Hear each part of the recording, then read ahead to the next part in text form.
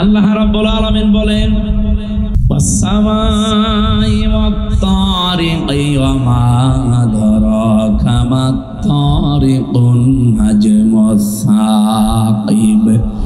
In কুল্লু নাফসিন লাম্মা আলাইহা হাফিজ।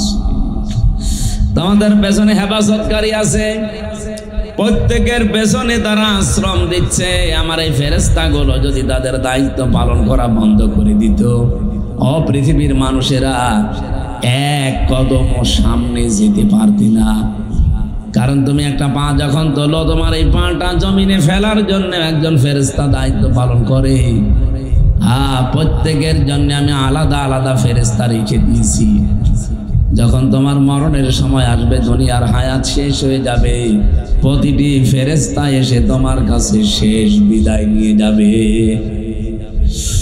পা যিনি ফেলেন কদমের জন্য যে ফেরেশতা নিয়ে যেত, ফেরেশতা এসে বলবে আল্লাহর বান্দা, তামাম পৃথিবী ঘুরলাম, তোমার এই পা যে জমিনে পড়বে ওইরকম জায়গা পেলাম না, আজকে আমি বিদায় নিয়ে চলে যাচ্ছি, তুমি থাকো। চোখে দেখে যে ফেরেশতা আসবে, এসে বলবে আল্লাহর বান্দা, তামাম দুনিয়া ঘুরলাম, কিন্তু একটা জায়গা পাইনি যে যেখানে চোখ দিয়ে তাকানো যায়। তোমার চোখের দেখার শক্তি আল্লাহ কেড়ে নিয়েছে, আমি বিদায় নিলাম, হিসাবটা ঠিক করে নাও। প্রতিটি ফেরেশতা এই কথা বলে যে হিসাব ঠিক করে যাও। এমন কঠিন জায়গায় তোমাকে কিছুক্ষণ পরে রাখা হচ্ছে, এই পৃথিবীর কোনো কিছুর সাথে তার হিসাব মিলবে না। এখানে আমরা অন্তত যারা আছি, কিয়ামত পর্যন্ত যারা আসবো, প্রত্যেকের হায়াত কিন্তু নির্ধারিত। আপনি কি মনে করেন আদম নবীর পরে যে মানুষগুলো দুনিয়ায় এসেছিল তারা হয়তো বেশি হায়াত পেত? কত 1000 বছর 1200 বছর তারা বাঁচত, তারা বিদায় নিয়েছে, তারা এখন কবরে আছে। আমরাও একটা কবরে ছিলাম, এখন সামনে আর এক কবরে যাব। আমরা যে কবরে ছিলাম তার নাম আলমে আরওয়া, রুহের জগৎ। ওই জগতে একদিনে সবাই আমরা এসেছিলাম আদম নবীর পিঠ থেকে। আল্লাহ পাক বলেন, প্রত্যেককে আমি আদম নবীর পৃষ্ঠদেশ থেকে বের করেছিলাম একই টাইমে, আর সবার কাছ থেকে স্বীকৃতি নিয়েছিলাম একই সময়ে। তাহলে এখান থেকে বোঝা যায় আদম নবী থেকে কিয়ামত পর্যন্ত আমরা যারা দুনিয়ায় আসতেছি সিরিয়ালে, হায়াত সবারই এক। কথা বুঝতেছে না? এখনো ক্লিয়ার হয়নি। সবার হায়াত এক, কিন্তু সময়টা আলাদা। আমি ওয়ারাইহিম বারযাখুন ইলা ইয়াউমি ইউবাসুন। তোমাদের এর পরে যে জগতে রাখা হবে সেটা হচ্ছে বারজাখের জগৎ, পর্দার আড়ালে সেই জগৎ। তার নাম আমরা বাংলায় বলি কবর। কি বলি? বলেন বলেন। এর আগে যে জগতে ছিলাম ওইটাও যেহেতু পর্দার আড়ালের জগৎ, ওটাকে আমরা আলাদা একটা নাম দিয়েছি রুহের জগৎ। রুহের জগৎ আর কবরের জগৎ দুইটাই পর্দার আড়ালে। ওই সময় এসেছে যারা এখন কবরে আছে, আমরা এতদিন ওখানে ছিলাম, এখন আছি, কিছুদিন পরে কবরে চলে যাব। এখনো যারা আছে তারা এরপরে আসবে, তার মানে হায়াত কিন্তু সবারই সমান। এই কথা বুঝতেছেন?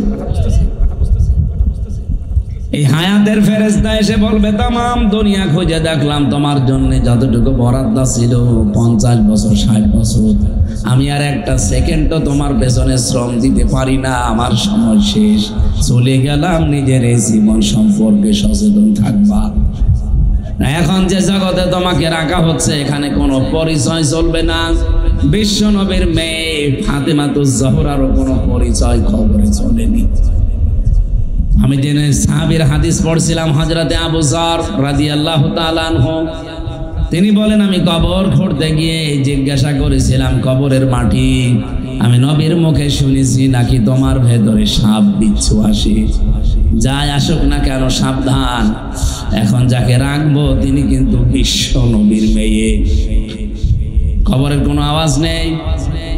চিন্তা করলেন নবীর কথা তো মিথ্যা না, কোনো আওয়াজ দেয় না কেন? ডাক দিয়ে বলে, কবরের মাটি বিভিন্ন আযাব গজবের কথা আমি শুনেছি নবীর মুখে, আমি বিশ্বাস করি এগুলো ঠিক।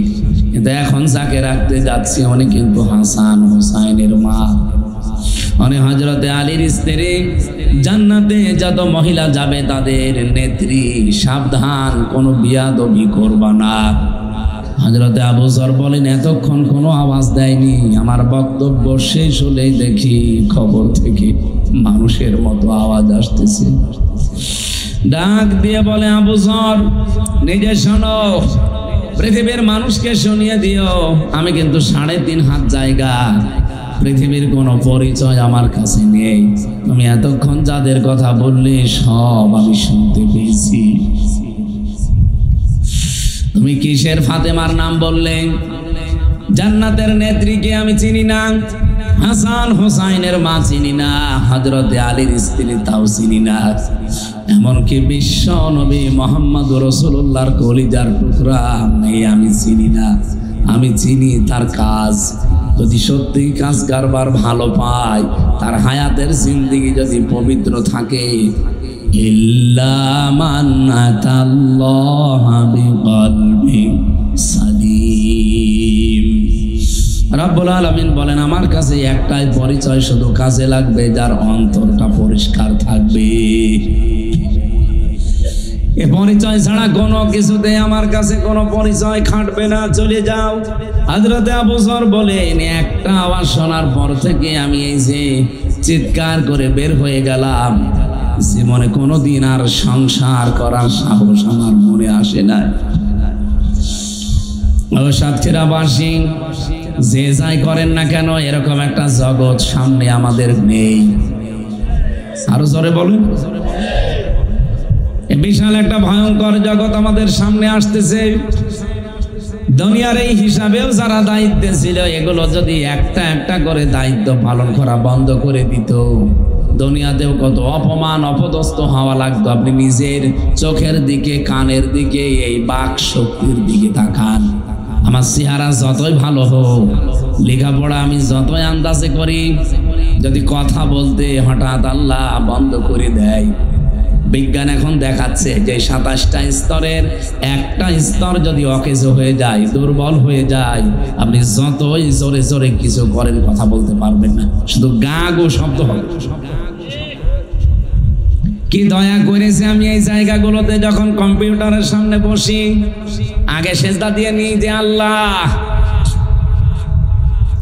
কত মানুষকে তুমি এই কথা বলার যোগ্যতা কেড়ে নিয়েছো। এই যে কাজী নজরুল ইসলাম 43 বছর জীবনে কথা বলতে পারে নাই, বুবা ছিল। আপনি হিসাব করতে পারেন জীবনে। আজ যারা আল্লাহর বিরুদ্ধে এই কথাকে ব্যবহার করেন, মানবতার বিরুদ্ধে এই কথাকে ব্যবহার করেন, এখনই যদি আল্লাহ 27টা স্তরের হালকা একটু ফাটল ধরিয়ে দেয়, এমনকি যে শরীরের ভেতরে 5.5 কেজি রক্ত এখন 226 কিলোমিটার বেগে প্রবাহমান চলছে, মাথা থেকে পা পর্যন্ত। বিজ্ঞান জানিয়েছে 2 কোটি কোষ আমাদের শরীরে আল্লাহ দিয়েছে। এই কোষগুলো যদি কিছু দুর্বল হয়ে যায়, আর এগুলো দুর্বল হওয়ার কিছু পয়েন্টও আছে, আমার আলোচনা ওদিকে না, আমি ওদিকে যাচ্ছি। এক কথায় বলছি, কোষগুলো যদি সত্যি দুর্বল হয়ে যেত, আপনার কিন্তু এই রক্তের ভেতরে কমপক্ষে 5 প্রকার ক্যান্সার দেখা দিত। এই ক্যান্সার হওয়ার পেছনেও কিছু কারণ আমি পেয়েছি। তামিলনাড়ুতে ছিলাম, সিলেটের এক ভাইকে পেয়েছিলাম, উনি প্রায় 12 মাস সেখানে আছে। যেদিন আমরা চলে আসবো ওই দিন শুনলাম ওনার রিপোর্ট দিয়েছে যে শরীরের ভেতরে যে 5 প্রকার ক্যান্সার হয়, তার ভেতরে 1 প্রকার ধরা পড়েছে। ওনারে বললাম, আপনার কত টাকা খরচ হলো? বলছে 1,13,00,000। 1,13,00,000 টাকা অলরেডি 12 মাসে চলে গেছে। আজকে ডাক্তার রিপোর্ট দিয়েছে আমি নাকি আর বাঁচবো না, কারণ রক্তের যে কোষগুলো, ওই কোষগুলো এখন আর কাজ করছে না। আমি খ্রিস্টান ডাক্তারের সাথে কথা বলেছিলাম ইংরেজিতে, জিজ্ঞাসা করেছিলাম তাকে যে হ্যালো ডক্টর, এই যে রোগগুলো হওয়ার কারণ কি? রক্তের ভেতরে যে 5 প্রকার ক্যান্সারের 1 প্রকার ধরা পড়েছে, এটার কারণ কি? খ্রিস্টান ডাক্তার আমাকে মেডিকেল রিপোর্ট দিয়ে জানাচ্ছিলেন যে পৃথিবীতে মানুষের এই শরীরে কোটি কোটি লোমকূপ আছে। দেখতে পাচ্ছেন?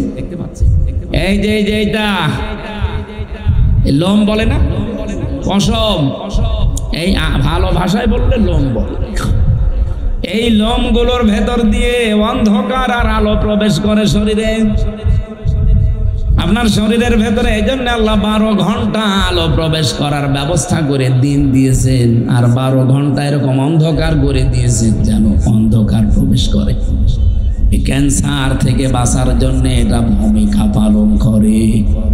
এই লোকটা সারাটা জীবনই বেশিরভাগ আলোয় কাটিয়েছে। অন্ধকার ওর শরীরের ভেতরে প্রবেশ করা দরকার, সে ব্যবস্থা ওর ছিল না। ও দিনের আলোতে থাকতো 12.5 ঘন্টা, রাতের বেলায় ওই মোবাইলের আলো, কম্পিউটার আলো, টিভির আলো অথবা আলো জ্বালিয়ে ঘুমাতো। এই জন্য নবীর হাদিস হচ্ছে যখন ঘুমাতে যাবেন অন্ধকার করে ঘুমাবেন। 1500 বছর আগে এই কথা বিশ্ব নবী জানিয়েছেন। আর বিজ্ঞান এখন প্রমাণ করে বলছে যে ঘুমানোর সময় বাতি আলো লিভিয়ে ঘুমাবেন, অন্ধকার আপনার শরীরের ভেতরে প্রবেশ করবে, ক্যান্সার থেকে আল্লাহ আপনাকে বাঁচিয়ে দেবে। এ মাথার ভেতরে একটা জিনিস আছে, পেছন দিয়ে বের হয়। এটা যত বেশি বের হবে, এটা অন্ধকার না হলে বের হয় না। আমি তো আর আপনাকে বিজ্ঞান বোঝাই না, আমি কোরআন বোঝাচ্ছি। এটা একটা পয়েন্ট এসেছে, এই জন্য এতটুকু বললাম। আল্লাহ রাব্বুল আলামিন সত্যি আমাদেরকে যা দিয়েছেন, উনি যদি একটু এলোমেলো করে দেয়, আমি হামজা থাকবো না। আমার এখনই মানুষ বলবে বোবা। কি বলবে? এই জন্য পুরা কোরআন শরীফে আপনি দেখবেন মানুষ এটা আলোচ্য বিষয় কোরআনের। রব্বুল আলামিন এই জন্য পৃথিবীতে যত সৃষ্টি পাঠিয়েছেন সব চাইতে বড় সম্মান আর মর্যাদায় দিয়েছেন এই মানুষকে। ওয়ালাকাদ কাররামনা বানি আদম, অবশ্য আমি বনি আদমকে সম্মান দিয়েছি। আমি যে খুতবা পড়েছিলাম প্রথমে, হয়তো এখানে আলেম ছাড়া অনেকে বোঝেন না, আমি আরবিতে বলেছিলাম। ওর বাংলা ছিল কি? আল্লাযী খালাকানা লিল ইবাদাতি ওয়াল জান, যিনি আমাদেরকে বানিয়েছেন তার ইবাদতের জন্য, আর জিনদেরকেও তিনি বানিয়েছেন।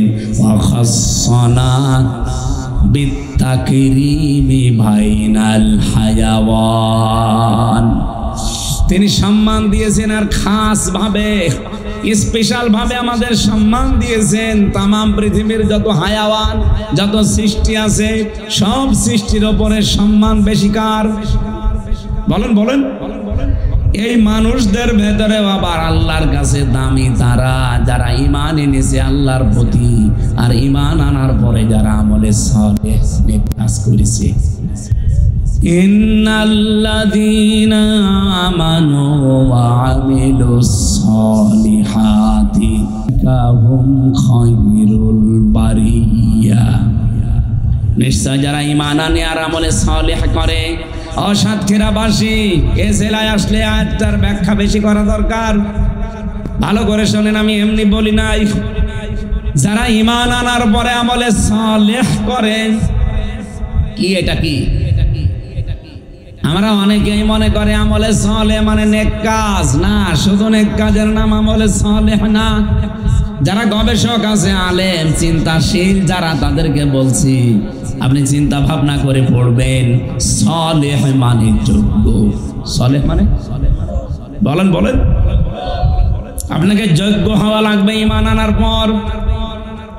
আজ এই দেশে ইসলাম এই 54 বছরে কায়েম হয়নি, তার একটাই কারণ, আমরা যোগ্য না। যদি আমরা সত্যি যে যে জায়গায় আছি ওখানে যোগ্যতা অর্জন করতে পারতাম, মাস্ট বি আল্লাহ তার ওয়াদা ঠিক রাখতো। ওয়া'দাল্লাহুল্লাযীনা আমানু মিনকুম ওয়া আমিলুস সালিহাত লা ইস্তাখলিফান্নাহুম ফিল আরদি কামাস্তাখলাফাল্লাযীনা মিন ক্বাবলিহিম সূরা নূর 18 নম্বর পারার 16 নম্বর পৃষ্ঠার 3 নম্বর লাইনের 55 নম্বর আয়াতের প্রথম অংশে আছে আল্লাহ বলেন, আমার ওয়াদা তোমাদের ভেতরে যারা ঈমান আনবে আর আমলে সালেহ করবে তাদেরকে আমি জমিনের শাসন ক্ষমতা দিয়ে দেব। বলেন সুবহানাল্লাহ। আল্লাহ এতটুকু বলে শেষ করে দেননি। কামাস্তাখলাফাল্লাযীনা মিন ক্বাবলিহিম, লামে তাকিদ নুনে সাকিলা, শুধু তোমাদেরকে না, এর পূর্বেই পৃথিবীতে যারা ঈমান আনার পরে আমলে সালেহ করেছে তাদেরকে আমি জমিনের শাসন ক্ষমতা দিয়েছিলাম। এই ঘোষণা কার? বলেন বলেন। 54 বছরে আমরা 92% মুসলমান এই দেশে, আল্লাহ আমাদেরকে দেয় না কেন? আল্লাহর ওয়াদা মিথ্যা নাকি? আরো জোরে বলেন। কোরআনে কারিমের একটা আয়াত পরিচিত, আমি পড়ছি, আমি আলেমদেরকে বলছি, এখানে আলেম নেই, এই যে আমি আপনাকে বলবো এবার, ওয়ালা তাহিনু ওয়ালা তাহজানু ওয়া আনতুমুল আ'লাউনা ইন কুনতুম মুমিনিন। সূরা আলে ইমরানের 139 নম্বর আয়াত বহুবার জীবনে পড়েছি, কিন্তু আমার মনে হয় এখন বাংলাদেশের সাথে এখন 100 ভাগে আয়াতটা মিলবে। এদিকে তাকান, এদিকে তাকান, খুব জরুরি এটা। আল্লাহ বলেন, ওয়ালা তাহিনু, তাহিনু মানে মন ভেঙো না, হীন বল হয় না, মনক্ষুণ্ণ হবা না, দুর্বল হয়ে যাবা না, ওয়ালা তাহজানু, চিন্তাও করবা না, ওয়া আনতুমুল আ'লাউনা, শব্দটা ছিল ওয়া আনতুম আল আ'না আল আ'লাউনা। আমার প্রশ্ন এখানে, আল্লাহ আনতুমুল আ'লাউনা দেওয়ার আগে এই যে আ'লাউনা এর আগে আলিফ লাম দিলেন কেন? এখানে গল্প করছে কে? পরে ভাই,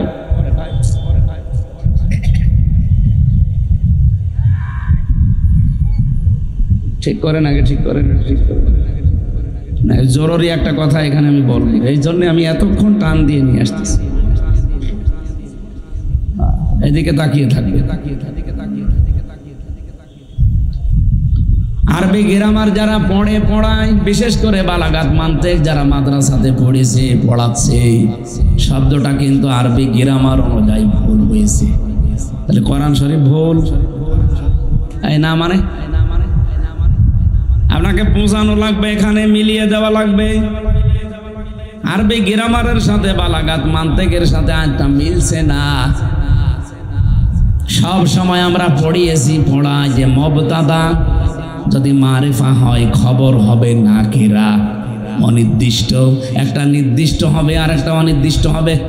অথচ আল্লাহ খবর যেটা আ'লাউনা এর আগে আলিফ লাম দিয়ে মারিফা করে দিলেন।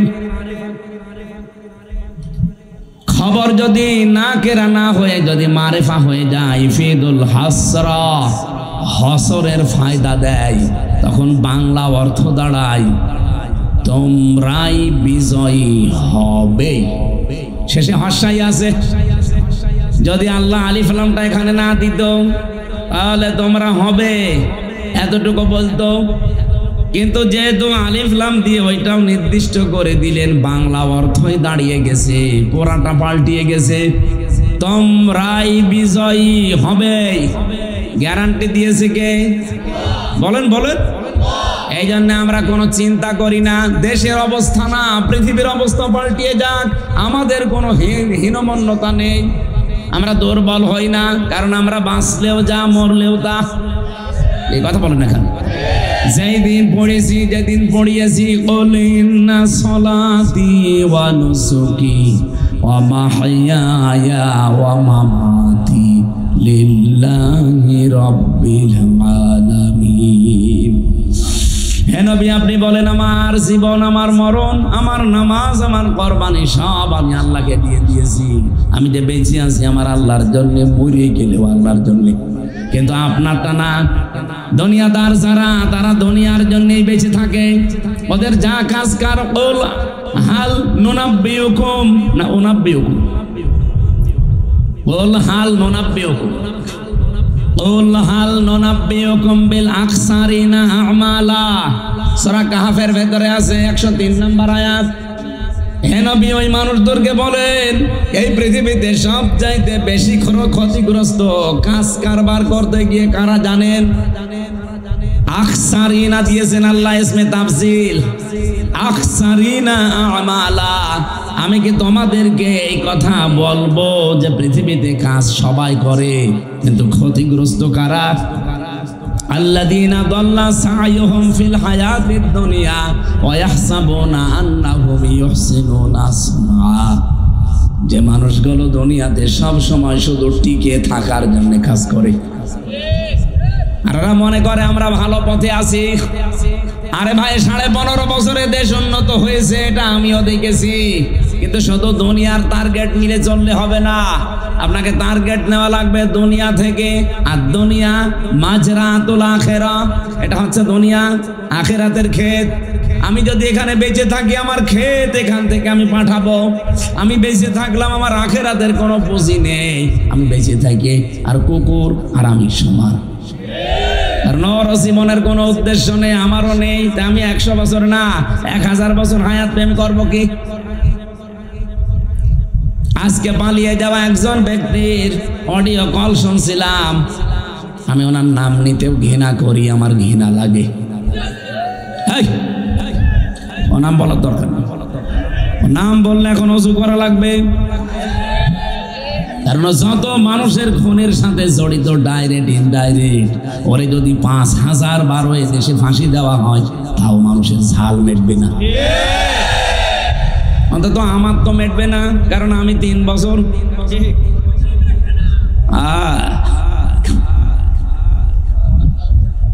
উনি আজকে নিজেই বলছিল এই কথা যে আল্লাহ আমাকে বাঁচিয়ে রেখেছে সামনে কিছু মানুষকে শাস্তি দেওয়ার জন্য। লজ্জা আছে মজা? এত অপমান হওয়ার পরও যদি এই কথা বলে আল্লাহ নাকি ওরে বাঁচিয়ে রেখেছে, পালিয়ে গেলেন কেন? আল্লাহ আপনাকে বাঁচিয়ে দিয়েছে, আপনি আর 5 মিনিট থাকতেন ভাতটা হয়ে যেত। এক কথা বলছে না কেন? শুধু 5 মিনিটও না, যেটাই যাচ্ছিল ওইটার দরজা যদি হালকা খুলে যেত। আমি সেদিন ওই যে মৌলভী বাজারে যাচ্ছিলাম, হঠাৎ পাইলট আমারে বলছে হুজুর এই হেলিকপ্টারের এই হুকটা যেন চাপ দেবেন না, তাহলে খুলে গেলে পুড়ে যাবেন। মনে মনে ভাবলাম আল্লাহ, যে 2 বোন চলে যাচ্ছিল যদি একটু হুকটা খুলে যেত, আর যদি আমার সামনে পড়তো মন মতো আল্লাহর নামে পিটাতাম।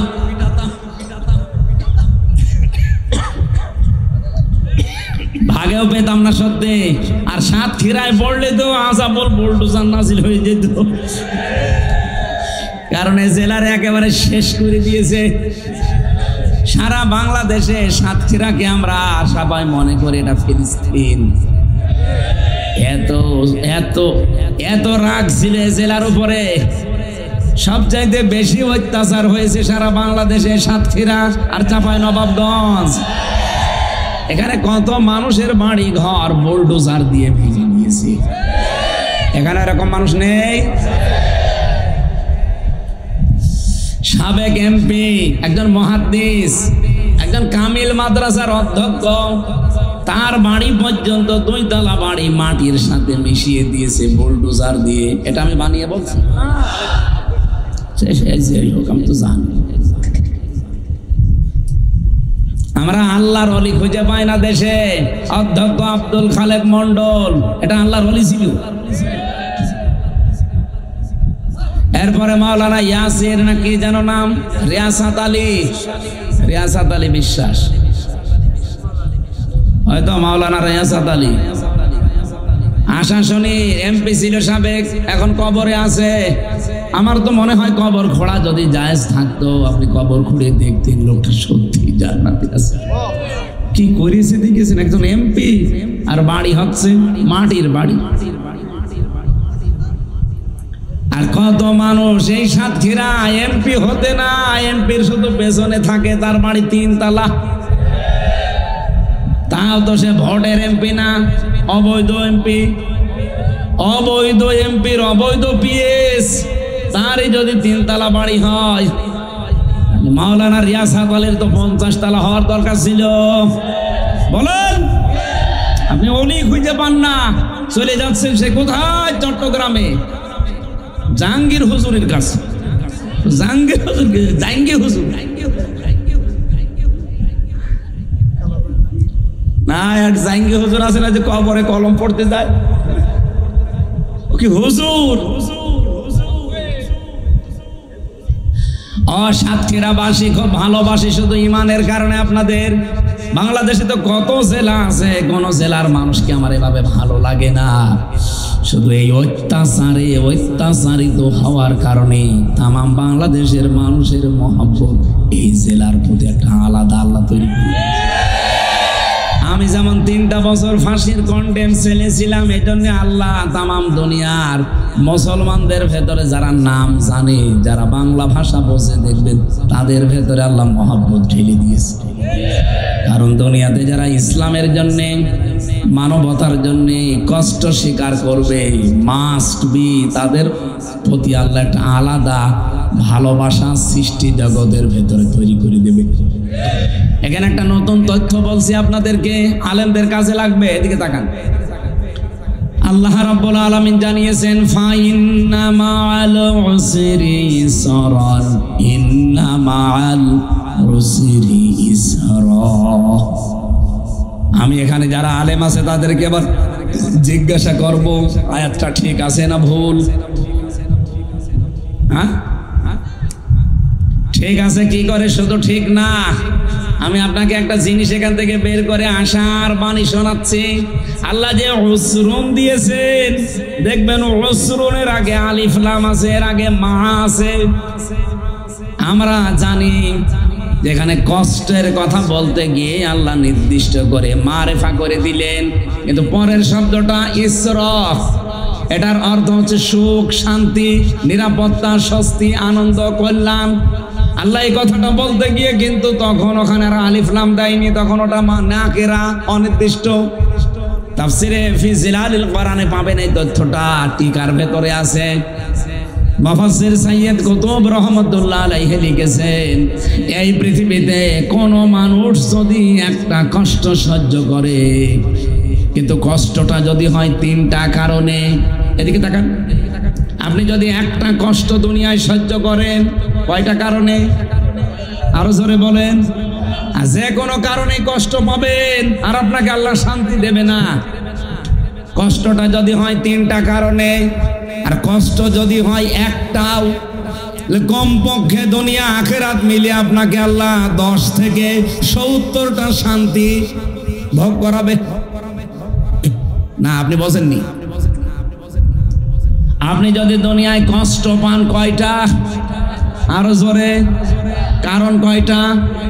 যে কোনো কারণে কষ্ট পেলে কিন্তু শান্তি পাওয়া যায় না। হাসিনাও কষ্ট পেয়েছিল, আইনি কে কান্না কানছিল দেখেছেন যাওয়ার দিন, মনে আছে স্বামী মরে গেছে। কিন্তু এই কষ্টে এই 3টা কারণে আপনি দেখবেন হয়নি। 1 নাম্বার কারণ হওয়া লাগবে, কষ্ট পেয়েছেন কিন্তু আল্লাহর জন্যে। ওকে, আল্লাহর জন্য কষ্ট পেয়েছেন, রাসূলুল্লাহর জন্য পেয়েছিল, মানবতার জন্য। আরো মানবতাকে ধ্বংস করিস, এই কথা বলেন না কেন? তাহলে 3টা কারণের একটাও পেলাম না। হ্যাঁ, পৃথিবীতে কেউ যদি আল্লাহর জন্য কষ্ট পায় একটা, রাসূলুল্লাহর জন্য কষ্ট পায় একটা, মানবতার জন্য কষ্ট পায় একটা। আমি 3টা বছর জেলে ছিলাম আমার ব্যক্তিগত গুনার কারণে না, ওদের আক্রোশের কারণে।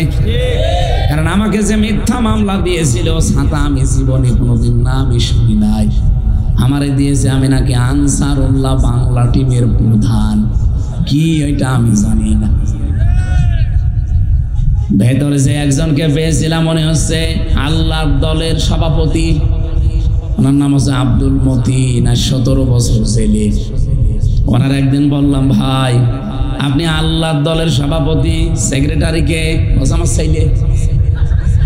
ও সভাপতি, ওর ছেলে সেক্রেটারি, বাংলাদেশে আর কেউ নেই, এই হচ্ছে জঙ্গি। আমাদেরকেও এরকম সন্ত্রাস বিরোধী জঙ্গি মামলা দিয়ে বিশ্বের মডেলদেরকে দেখাতো যে এই দেশে ভয়াবহ জঙ্গি দেখা দিচ্ছে। আমরা যদি না থাকি এ দেশ কিন্তু আর আয়ত্তে রাখতে পারবেন না। এই মিথ্যা কথাগুলো বিশ্বের মোড়লদেরকে জানিয়ে, অথচ এটা যে ডাহা মিথ্যা কথা এখন এই 8.5 মাসে প্রমাণ হয়ে গেছে। 8.5 মাসে একজনও জঙ্গি ধরা পড়েছে? একটাও পড়ে,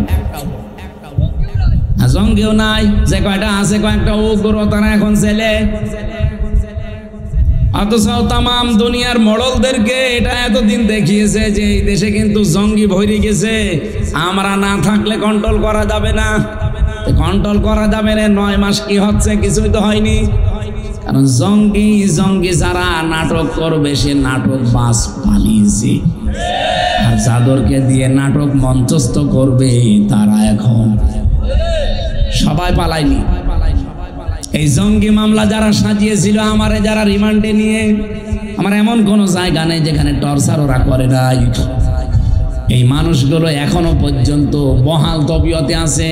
এই সাতক্ষীরাতে এসেছে, এখন শুনছি সাতক্ষীরার দায়িত্বে এখন এসেছে একজন, আমি নাম নিলে আপনারা এখনই চিনে ফেলবেন।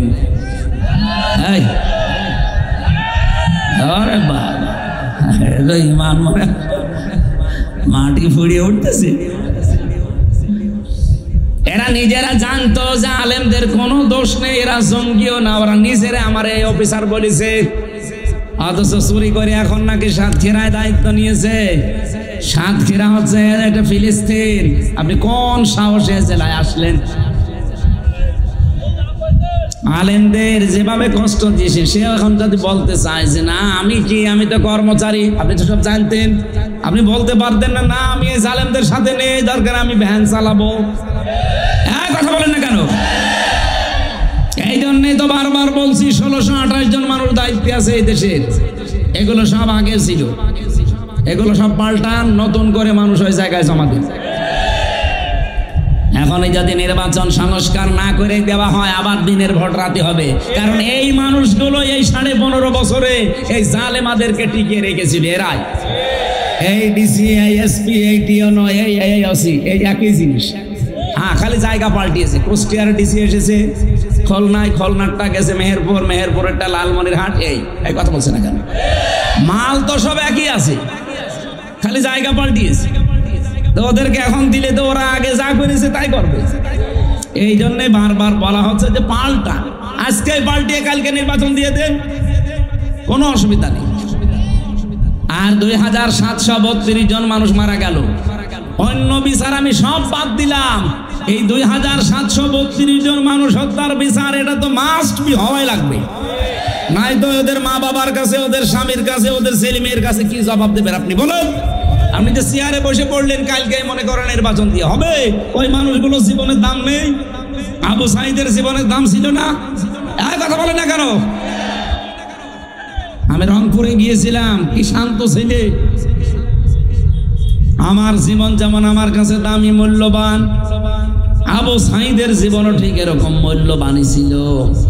তো তাকে কি কারণে আপনি বিদায় করে দিলেন বলেন? আপনি জবাব দিতে পারবেন? অথচ এই দেশে এখনো আইন আছে, হত্যা যদি কেউ করে তারে এই যে ফাঁসির যে নিয়ম আছে, যদি 2732 জন যদি খুন হয়ে যায়, আপনি এক একজনের যদি একজনকেও ফাঁসি দিয়ে থাকেন, তাহলে হাসিনার ফাঁসি দেওয়া দরকার 2732 বার, তাও লিগাল ভাবে। আর বাকি যা আছে ওই যে গম খুন, আয়না ঘর, ওগুলো তো বাদই দিলাম। শুধু লিগাল মরেছে তো এগুলো তার কোনো ভেজাল নেই, এগুলো সব ভিডিও ফুটেজ আছে। এই কথা বলছি না কেন? আমার যে বক্তব্য ছিল এক কথায় জবাব দিচ্ছি। আপনি যদি দুনিয়ায় আল্লাহর জন্য কষ্ট পান, আমি আল্লাহর জন্য কষ্ট পেয়েছি 3 বছর। আমার নিজের ব্যক্তিগত অপরাধ ছিল না, রাসূলুল্লাহর জন্য পেয়েছি, মানবতার জন্য পেয়েছি। যেন এক একটা কষ্ট যদি কেউ আল্লাহর জন্য সহ্য করে, তার সুখ পাবে কয়টা? 70টা। বলেন বলেন, আরো জোরে বলেন। সিস্টেম অপর পৃষ্ঠায় দেখুন, পৃথিবীতে কেউ যদি একটা আনন্দ ভোগ করে, সুখ ভোগ করে, আর ওই সুখটা যদি হয় অবৈধ সুখ, তাহলে কমপক্ষে তাকে 70টা অপমান, অপদস্থ হওয়া লাগবে। আপনি খালি সুখেরটা নেবেন, দুঃখেরটা নেবেন না। এই জন্য আল্লাহ আয়াত রিপিট করেছেন, সূরা আলাম নাসর 5 এবং 6 নম্বর আয়াত। এই আয়াতের ব্যাখ্যা আমি নিজে পুরে বাস্তবে এতটুকুই বুঝি, দুনিয়াতে যারা অবৈধ সুখ ভোগ করছেন, এক একটা অবৈধ সুখের কারণে দুনিয়া আখিরাত মিলে আপনাকে কমপক্ষে 70টা দুঃখ আল্লাহ ভোগ করাবে। কথা বলেন না কেন? এই 15.5 বছরে হাসিনা যদি 50টা সুখ ভোগ করে, হাসিনার সাথে যত লেসপেন্সার ছিল সবাই যদি সুখ পায়, এই সাতক্ষীরা সদরে যে দায়িত্বে ছিল বিনা ভোটের এমপি, সে সুখ পায়নি। কয়টা? মনে করেন 20টা সুখ পেয়েছে না পায়নি? কত আনন্দ পেয়েছে বাবা শাহজালাল, মনে হচ্ছিল সব হালাল হয়ে গেছে। কত জায়গায় এই বিনা ভোটের এমপি কত মানুষের কাছে টাকা পয়সা নিয়ে নিয়ে চাকরি দেওয়ার নামে, চাকরি দিয়েছে, টাকা নিয়েছে। ও যদি এমপি না হতো ওরা কেউ টাকা দিত? এই কথা বলেন না কেন? কত জায়গা জমি ঘর বাড়ি সব দখল করে নিজের নামে নিয়ে নিয়েছে। কত কিছু আল্লাহর রাস্তায় সব কিছু করলেন, আমি মানলাম আপনি করেছেন। এবার বলেন, আপনি যে সুখটা পেলেন এটা কি বৈধ সুখ না অবৈধ? বলেন বলেন। এক একটা অবৈধ সুখের কারণে 70টা দুঃখ। 15.5 বছরে যদি 50টা সুখ পান, 70 দিয়ে গুণ দেন, হ্যাঁ 3500। এতগুলো দুঃখ আপনাকে আল্লাহ সামনে দেবে, এরপরে আপনি চট করে ঢুকে পড়বেন। অনেকে বলছে চট করে চলে আসবে। আরে ভাই, কোরআন শরীফ মিথ্যা হয়ে যাবে। আপনাকে আল্লাহ আগে 3500 অন্তত দুঃখ, কষ্ট, অপমান, অপদস্থ, অকল্যাণ দেবে, এরপরে তো নাকি।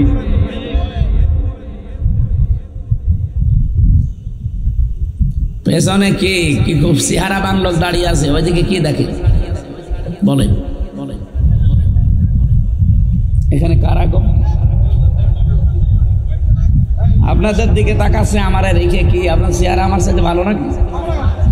বসেন।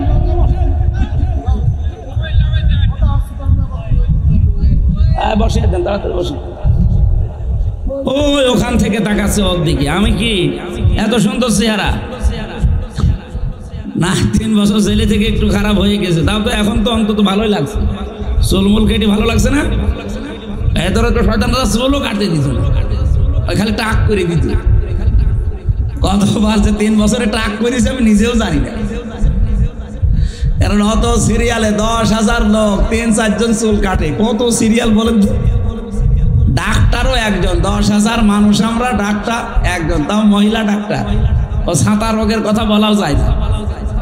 কোন গোপন রোগ হলে মহিলা ডাক্তারের কাছে লজ্জায় বলা যায়? একজনের এই লজ্জা স্থানে এমন ফোলা ফুলেছে, একটা যুবক ছেলে, এই 22-23 বছর বয়স। ও যাই ওই ম্যাডামের কাছে বলছে, ডাক্তার সাহেব এই দেখেন। কি? এই দেখেন। ডাক্তার তাড়াতাড়ি চোখ বন্ধ করে বলছে, তুই বলছে কি করবো, আপনারা বারবার বলি, আপনি তো কিছুই করেন না। তখন ডাক্তার বলছে যে পুরুষ মানুষের এরকম হয়। বলছে এরকম হয় যে অন্য জনের তো হয়নি। তাহলে কি করবে? উনিও ধৈর্যের বাইরে চলে যেত। এতগুলো মানুষ, ডাক্তার কয়টা?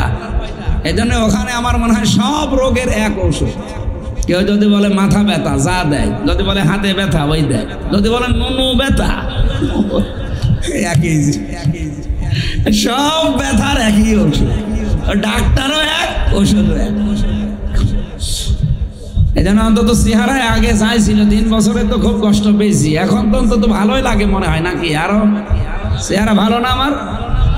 কি বলে গো, এত সুন্দর চেহারা। আর এরা, হ্যাঁ এদিকে তাকান, পেছনে তাকানো বাদ দেন, এদিকে তাকান। তাহলে আজকের আয়াত থেকে আপনি কি শিখলেন?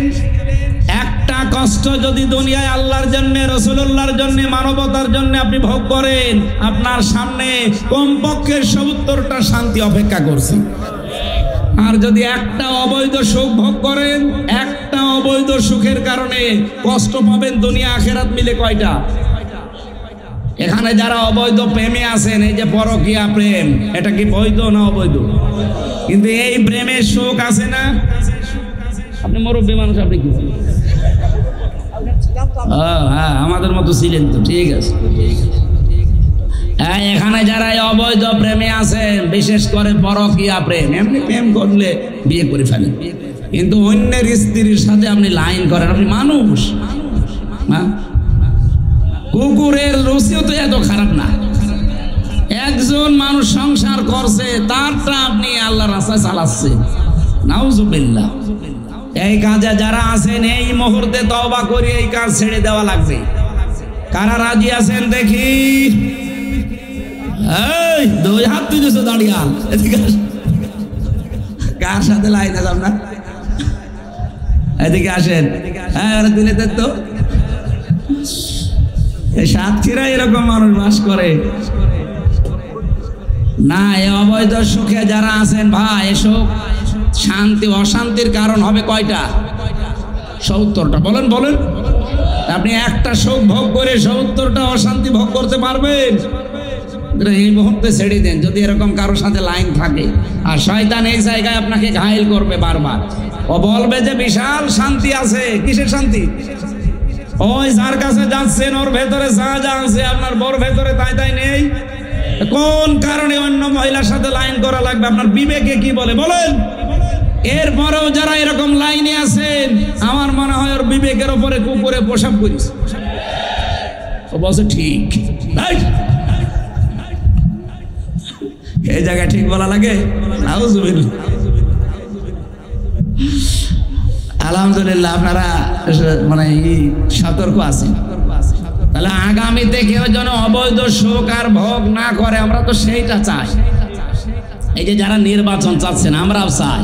আরে ভাই এই অবস্থায় দিয়ে দিলে তো 28 জন ওই মানুষই আছে, ওরা আবার দিনের ভোট রাতে করে ফেলবে, কারণ ওরা এই কাজই করেছে। এক কথা বলেন না কেন? যদি সংস্কার না করে এই বিচারগুলো শেষ না করে আবার দিয়ে দেন, দেখেন আবার সামনে যারা আসবে তারা হাসিনার চাইতে ডবল খুনি হবে। কারণ ওরা বলবে এ মানুষ মারলে তো কোনো বিচার হয় না, ওরা আরো বেশি বেপরোয়া হয়ে যাবে। এই কারণে আমরা বারবার বলছি দেন নির্বাচন, কিন্তু কালকে দেন, আগে সংস্কার করে বিচারটা শেষ করে দেন। তাহলে আগামীতে যারা আসবে তারা চিন্তা করবে না অত গোড় আছেন না। কথা বলেন না কেন? আমি কোরআনে কারিমের সূরা নমলের একটা আয়াত পড়ছিলাম তাফসিরে, এদিকে তাকান। ফাতিলকা বুয়ুতুহুম খাবিয়াতান বিমা যালামু। এটা সূরা নমলের ভেতরে আছে 19 নাম্বার পারা 20 নাম্বার পৃষ্ঠা 7 নাম্বার লাইনের 52 নাম্বার আয়াতের প্রথম অংশে আছে। তাফসিরে বাইসাবিতে পাবেন। আল্লাহ পাক বলেন এই সেই ঘরগুলো কি? এই ঘরগুলো কি? খাবিয়াতান, জনশূন্য হয়ে আছে, আজ পরিত্যক্ত হয়ে গেছে। বিমা যালামু, এখানে জুলুম করা হতো এই কারণে। এটা যে বাস্তবগত প্রমাণ, আমার কুষ্টিয়ার হানিফের বাড়ি আপনি যে দেখেন পরিত্যক্ত হয়ে পড়ে আছে, আজ জনশূন্য, কেউ নেই। অথচ আগস্টের 5 তারিখের আগে বাড়ির কি দাপট ছিল, 14টা সিসি ক্যামেরা দেওয়া ছিল, ওখানে কুকুর পর্যন্ত গেলে দেখা যেত। অথচ এখন পায়খানার প্যান পর্যন্ত খুলে নিয়ে চলে গেছে, কিচ্ছু নেই। আল্লাহ এতটুকু যদি শেষ করে দিত আমি কিছু বলতাম না। এরপরে আমাদের জন্য ইন্না ফি যালিকা লায়াতাল লিকাউমিন ইয়ালামুন। আল্লাহ আয়াতের প্রথমে ইন্না দিলেন আর মাঝে দিয়েছেন লামে তাকিদ। যারা আরবি গ্রামার জানে, কত গুরুত্বপূর্ণ শব্দ জানেন, আল্লাহ গ্যারান্টি দিলেন এই কথা বলতে গিয়ে 2 বার অবশ্যই অবশ্যই। এর ভেতরে শিক্ষা আছে জ্ঞানীদের জন্য।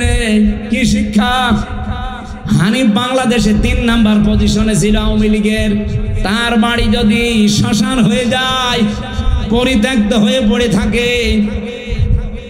আগামীতে যারা চেয়ারে বসার চেষ্টায় আছেন, সত্যি যদি আপনাদের আচরণ ওই জালেমদের মতো হয়, 5 বছর পরে আমি গ্যারান্টি দিলাম আল্লাহর কসম আপনার বাড়িও শ্মশান হয়ে যাবে। এই জন্যই তো আমরা চাচ্ছি আপনার বাড়ি যেন শ্মশান না হয়, আপনার বাড়ি যেন পরিত্যক্ত হয়ে না থাকে। এমন অবস্থায় আপনাকে তৈরি করে বৈধভাবে বৈধ চেয়ারে বসিয়ে দেব। যত সুখ পাবেন, যত শান্তি পাবেন, কোনো অশান্তি সামনে আর আসবে না। আমার কথা অর্থ বোঝা গেছে? আমি জানি আপনি বুঝেছেন। একটা অবৈধ সুখে 70টা করে অশান্তি সামনে আল্লাহ আপনাকে দান করবে। আর একটা কষ্ট যদি দুনিয়ায় কেউ আল্লাহর জন্য, রাসূলুল্লাহর জন্য, মানবতার জন্য পায়, তার জন্য অপেক্ষা করছে কমপক্ষে ৭০টা শান্তি। আর আমরা সেই শান্তি পেতে চাই, এই কথা বলেন না কেন? আর বাংলাদেশে আমরা ৯২% মুসলমান, পরিপূর্ণ শান্তি ওই দিন পাবো যেদিন দেখবো বাংলাদেশের ৫৬,০০০ বর্গ মাইল আল্লাহর এই কোরআন দিয়ে চলছে। এটা দেখতে চান না? আল কোরআনের আলো বিশ্বের মুসলিম নারায়ে তাকবীর।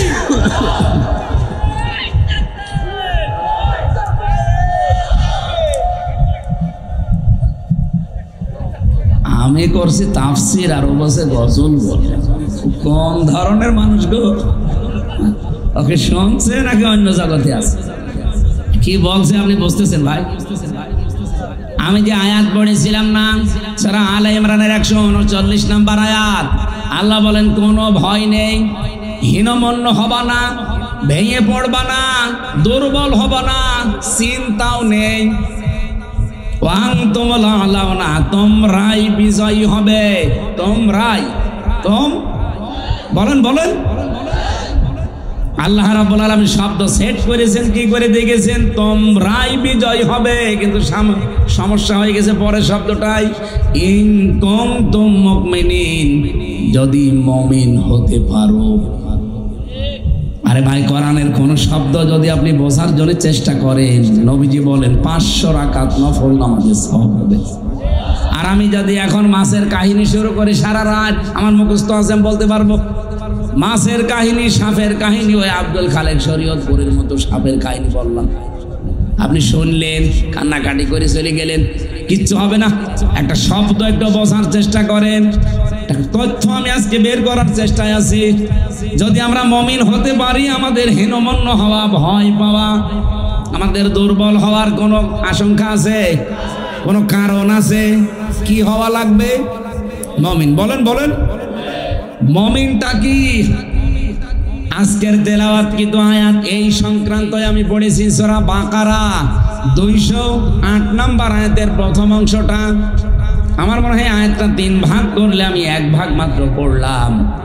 পরিচিত আয়াত যদিও, এখানে কিছু তথ্য আপনি পাবেন। আজকে রব্বুল আলামিন আমাদেরকে ডাক দিয়েছেন, ইয়া আইয়ুহাল্লাযীনা আমানু, ওহে যারা ইমানের দাবি করো, ওই যে আমরা যদি ইমানদার হতে পারি, মুমিন হতে পারি, তাহলে তাদেরকে আল্লাহ এই সুসংবাদগুলো দিচ্ছেন যে বিজয় হবই।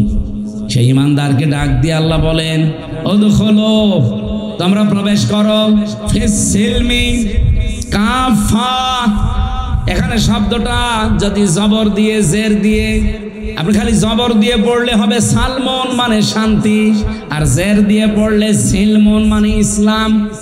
আল্লাহ এখানে শান্তিতে প্রবেশ করা, ইসলামে প্রবেশ করা, দুইটাই বোঝাতে চেয়েছেন। কারণ ইসলাম মানে কি? বলেন বলেন। যদিও ইসলাম মানে বাংলায় শান্তি না, ইসলাম মানে আত্মসমর্পণ করা। কেউ যদি সত্যি আত্মসমর্পণ করে, কার কাছে করবেন? এই যে ফিস সিলমি কাফা, পরিপূর্ণভাবে ইসলামের কাছে, ইসলামের ভেতরে। আমরা সেই বহুদিন থেকে আয়াত শুনি যে তোমরা সবাই ইসলামে পরিপূর্ণ প্রবেশ করো। ও সাতক্ষীরাবাসী কিছু বুঝেছেন এখান থেকে আজ পর্যন্ত যে ইসলামে পরিপূর্ণ প্রবেশ করা মানে কি? কি ইসলামে যে পরিপূর্ণ আল্লাহ প্রবেশ করতে বললেন, এটা কি একটা ঘরের মতো যে আমি প্রবেশ করে দরজা লাগিয়ে দিলাম হয়ে গেল? না। ইসলামে যদি কেউ পরিপূর্ণভাবে প্রবেশ করতে চায়, তার পুরা জীবনে 5টা জিনিস থাকা লাগবে। আপনার জীবনে যদি এখন দেখেন যে 5টা জিনিস আছে, আপনি বুঝবেন যে আপনি ইসলামে পরিপূর্ণ দাখিল হয়েছেন, প্রবেশ করেছেন। আর ইসলামে পরিপূর্ণ প্রবেশ করলে তার পুরস্কার ওই যে ওইগুলো দেখলেন, বিজয় আল্লাহ আপনাকে দেবে। সুতরাং সামনে যদি আমরা বিজয়ী হতে চাই, এদেশে যদি কোরআনের আইনগুলো চালু করে আমাদের ভাগ্য সুপ্রসন্ন করতে চাই, কয়টা জিনিস এখন থেকে মানা লাগবে? আরো জোরে আরেকবার বলেন, বলেন জোরে। এবার একটা একটা করে আমি বলছি, মিলাবেন। 1 নাম্বার, আপনাকে আত্মসমর্পণ করা লাগবে। এখন আত্মসমর্পণ করবেন কার কাছে? না না, আমাদের জাতির পিতা হযরত ইব্রাহিম তিনি আত্মসমর্পণ করেছিলেন এবং তার সন্তান, বিশেষ করে তার যে সন্তানগুলো ছিল তাদেরকে, এবং ইয়াকুব নবী তাদের নিজের সন্তানদেরকে মৃত্যুর আগে, ইন্তেকালের আগে ডাক দিয়ে বলেছিলেন, ইয়া বুনাইয়া ইন্নাল্লাহা আস্তাফা লাকুমুদ্দিন ফালা তামুতুন্না ইল্লা ওয়া আনতুম মুসলিমুন। বলেন আল্লাহু আকবার। এটা সূরা বাকারার 131 নম্বর 32 নম্বর আয়াতে আছে, মাঝের অংশে পাবেন। আল্লাহ পাক বলেন হযরত ইব্রাহিম এবং ইয়াকুব এই দুইজন নবী তার ইন্তেকালের আগে সন্তানদেরকে ডাক দিয়ে বললেন, আমার কলিজার টুকরা সন্তানেরা, অবশ্যই আল্লাহ মনোনীত করেছেন তোমাদের জন্য একটা দিনকে। কি দিন? মানে রাতের পরে যেটা আসবে ওই দিন। বলেন বলেন। তোমাদের জন্য আল্লাহ মনোনীত করেছেন দিনকে। এই দিন যদি তোমরা সত্যি আনুগত্য স্বীকার করে মেনে নিতে পারো। দিনটা কি? আমরা সবাই মনে করি দিন মানে ইসলাম। আরে ভাই, শুধু দিন মানে ইসলাম না। এই কোরআনের ভেতরে আল্লাহ রাব্বুল আলামিন 500 আইন দিয়েছেন। কত? আপনি নিজের বিবেক দিয়ে বলেন তো, কবরে যাবার পরে যখন দ্বিতীয় প্রশ্ন ফেরেশতারা করবে, মা দীনুকা, তোমার দিন কি? আপনি যদি বলেন দীনুন আল ইসলাম, আমার দিন ইসলাম, ফেরেশতারা অত সহজে মেনে নেবে? বলো না। কারণ দিন মানে কি ফেরেশতারা ভালোভাবে জানে। দিন মানে আমরা অনেকেই যদি না বুঝি, ফেরাউন দিন মানে বুঝেছিল। ফেরাউন বলেছিল আকতুল মূসা ওয়াদারুনি আকতুল মূসা ওয়ালিয়াদউ রাব্বা ইন্নী আখাফু আইয়ুবাদদিলা দীনাকুম আও আইয়ুযহিরা ফিল আরদিল ফাসাদ। সূরা মুমিন 26 নম্বর আয়াতে ফেরাউন বলেছিল, আমারে ছেড়ে দাও, আমি মূসাকে হত্যা করব।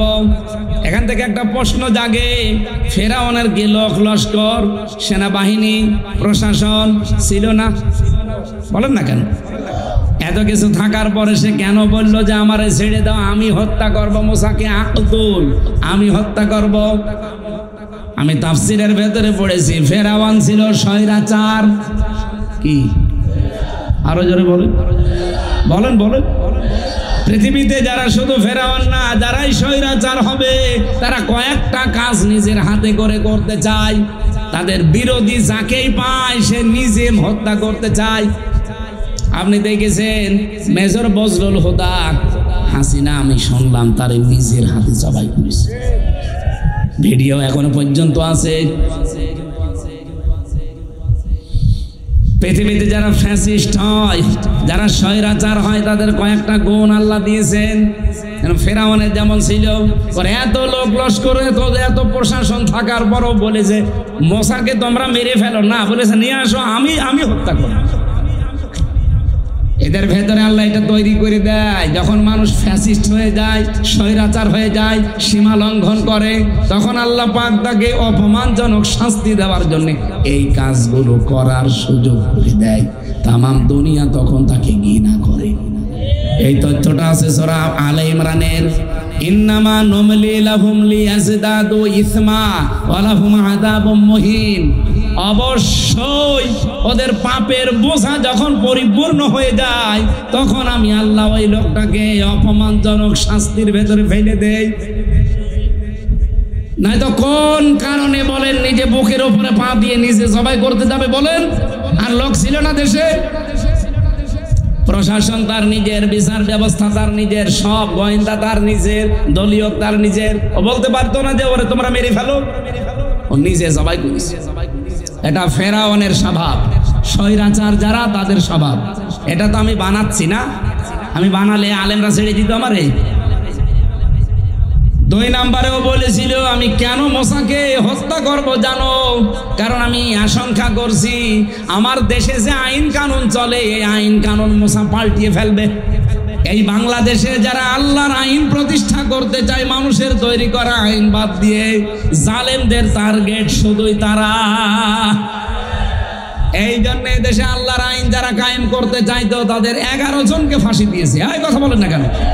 5 জনকে তো সরাসরি, আর 6 জন আল্লামা দেলাওয়ার হোসেন সাইদি সারা জীবন বলতো আমরা আল্লাহর আইন চাই, তাকেও মৃত্যুর দিকে ঠেলে দিল। দেখেন অন্য যারা আছে তাদের কিন্তু জালেমরা টার্গেট করে না। কত মানুষ এই তাহেরির মতো কত ডাক দিচ্ছে, তাহেরি ওনাকে ফিলিস্তিনের পক্ষে ডাক দিয়েছে। ওর মতো শয়তান যদি ফিলিস্তিনের পক্ষে ডাক দেয়, শয়তান তো বসে বসে আসবে যে ও আমার চাইতে বড় শয়তান, এত শিরিক বাংলাদেশে কেউ করে না। কথা বলেন। কেল্লা বাবা, ফতে বাবা, শাহ আলী বাবা, দয়াল বাবা, আর ওই শয়তান নাকি সাতক্ষীরা জেলায় আসে। এত বড় শয়তান এই জেলায় ঢোকে কি করে?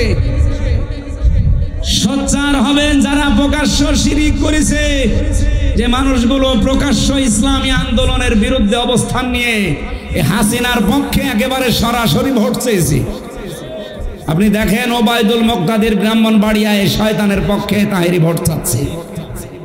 এত বড় ভিডিও ফুটেজ থাকার পরে সে জেলায় ঢুকবে মানে ও তো বাংলাদেশে থাকা ঠিক না, ও তো কাওয়া কাকুর মতো পালানো দরকার ছিল। এই কথা বলে না কেন?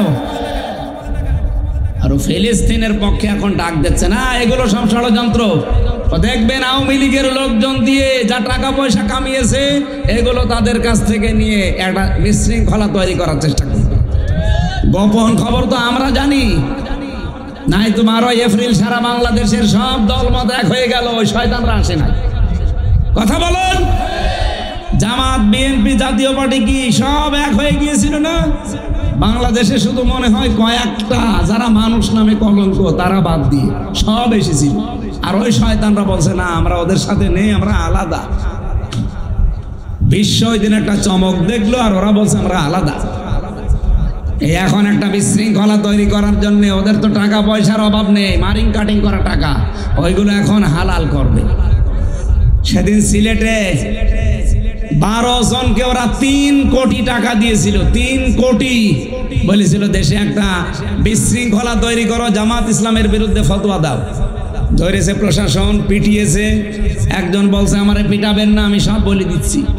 কি 3 কোটি টাকা আমাদেরকে দিয়েছে আওয়ামী লীগরা, বলেছে জামাতের বিরুদ্ধে কথা বলবা। আমরা তো টাকা হালাল করার জন্য ফতোয়া দিচ্ছিলাম। এই চলছে সামনে। আমার মনে হয় এরাও দুর্বিসন্ধি আছে, এরাও কিছু খেয়েছে বা পেয়েছে। তাই 12 তারিখে গেলেন না হঠাৎ, এখন আপনাদের সাগাম দিচ্ছে মানে। হ্যাঁ, কথা বলেন না কেন? এর ভেতরে কোনো দুর্বিসন্ধি নেই। যারা আল্লাহর জমিনে আল্লাহর দিন কায়েম হোক এটা চাই না, বাতিলরা তাদের টার্গেট করে না, কারণ জানে যে এরা আমাদের যে কোনো কায়দায় বন্ধু। কিন্তু যারা চেয়েছিল, দেখেন ফেরাউন বলেছিল আইয়ো বাদ দিলা দীনাকুম, আমার মনে হচ্ছে মুসা আমার রাষ্ট্রের ব্যবস্থা সব পাল্টিয়ে দেবে। এখানে দিন মানে রাষ্ট্রীয় বিধান। তাহলে আপনি আত্মসমর্পণ করতে চাইলে রাষ্ট্রীয় বিধান যেটা আছে, এখন যেটা আছে এর সামনে আত্মসমর্পণ করলে ঈমান আমল থাকবে। এই জায়গায় আল্লাহর এই দিন নিয়ে যাওয়া লাগবে। ইব্রাহিম নবী, ইয়াকুব নবী তাদের সন্তানদেরকে এটা বলেছিলেন। আমরা কি নবীদের সন্তান না? বলেন না কেন? আমাদের জাতির পিতার নাম কি? বঙ্গবন্ধু। কে? আরো জোরে বলেন।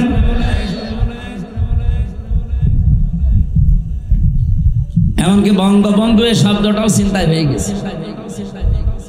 আপনি দেখেন ইতিহাস পড়ে, এই ভারতবর্ষ একজন মুসলিমের নাম বঙ্গবন্ধু উপাধি দেওয়া হয়েছিল প্রায় 1200।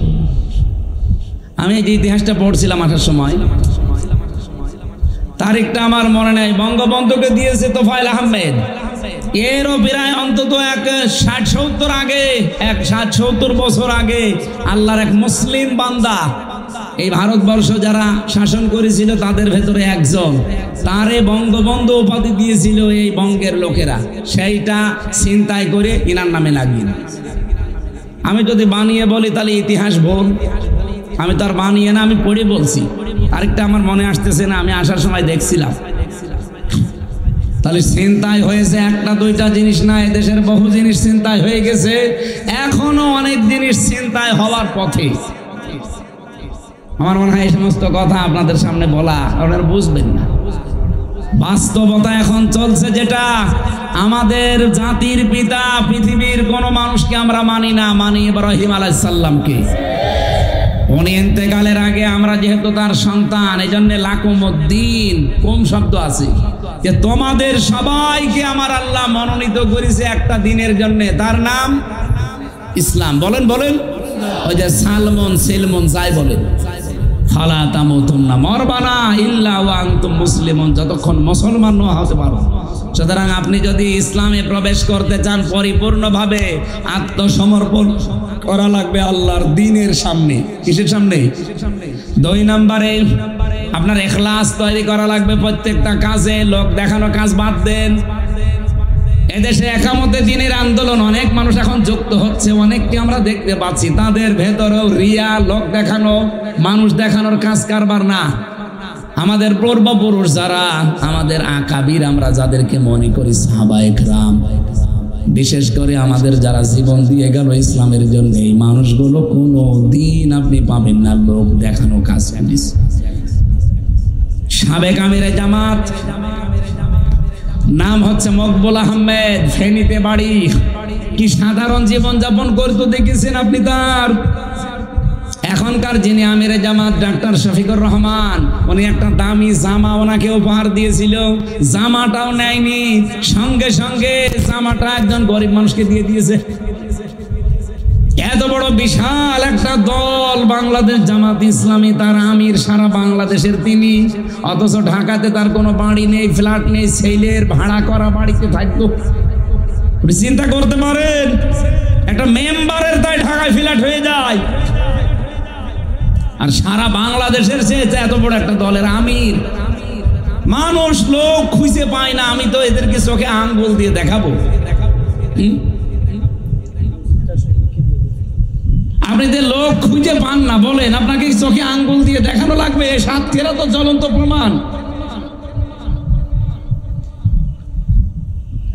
আমি নিজে সাক্ষী ভাই, আমি নিজে আমার নিজের টাকা একবার 60,000, একবার 10,000, আর একবার 15,000, এই টাকা আমি নিজে আমিরে জামাতকে বললাম যে আপনি খরচ করবেন।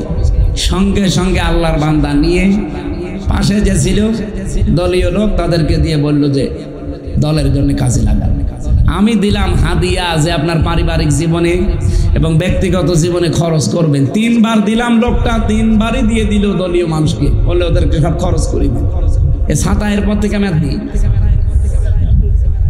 বলেন তো, এত কষ্ট করে করে টাকা জমাই ওনার দিই, হাদিয়া নেন, দেওয়াও সুন্নত, নেওয়াও সুন্নত, কারণ ওনার কাছে গেলে উনিও হাদিয়া দেয়।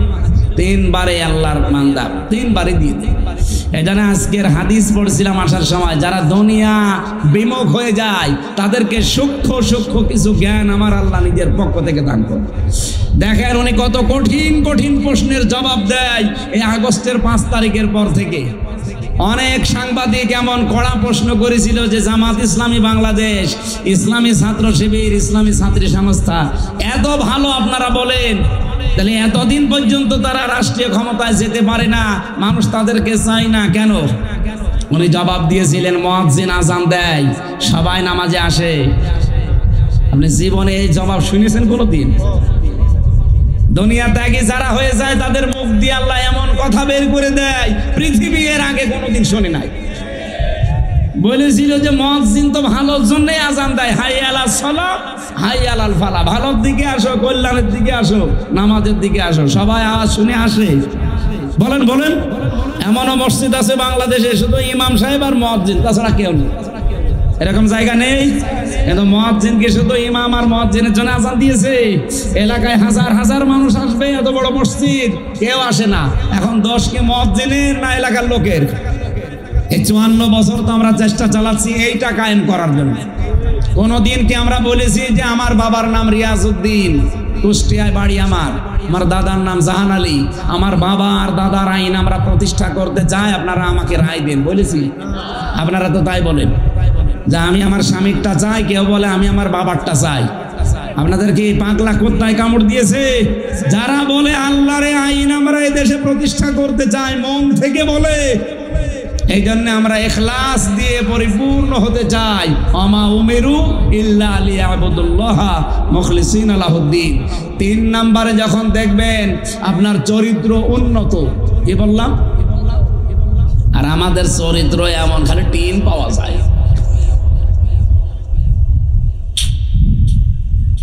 কত মানুষের বাড়ির নিচে, খাটের নিচে তেল পাওয়া যায়, ফ্রিজের ভেতরে টাকা পাওয়া যায়, বালিশের ভেতরে টাকা পাওয়া যায়। কথা বলছেন এখানে, ওকে চরিত্র আছে।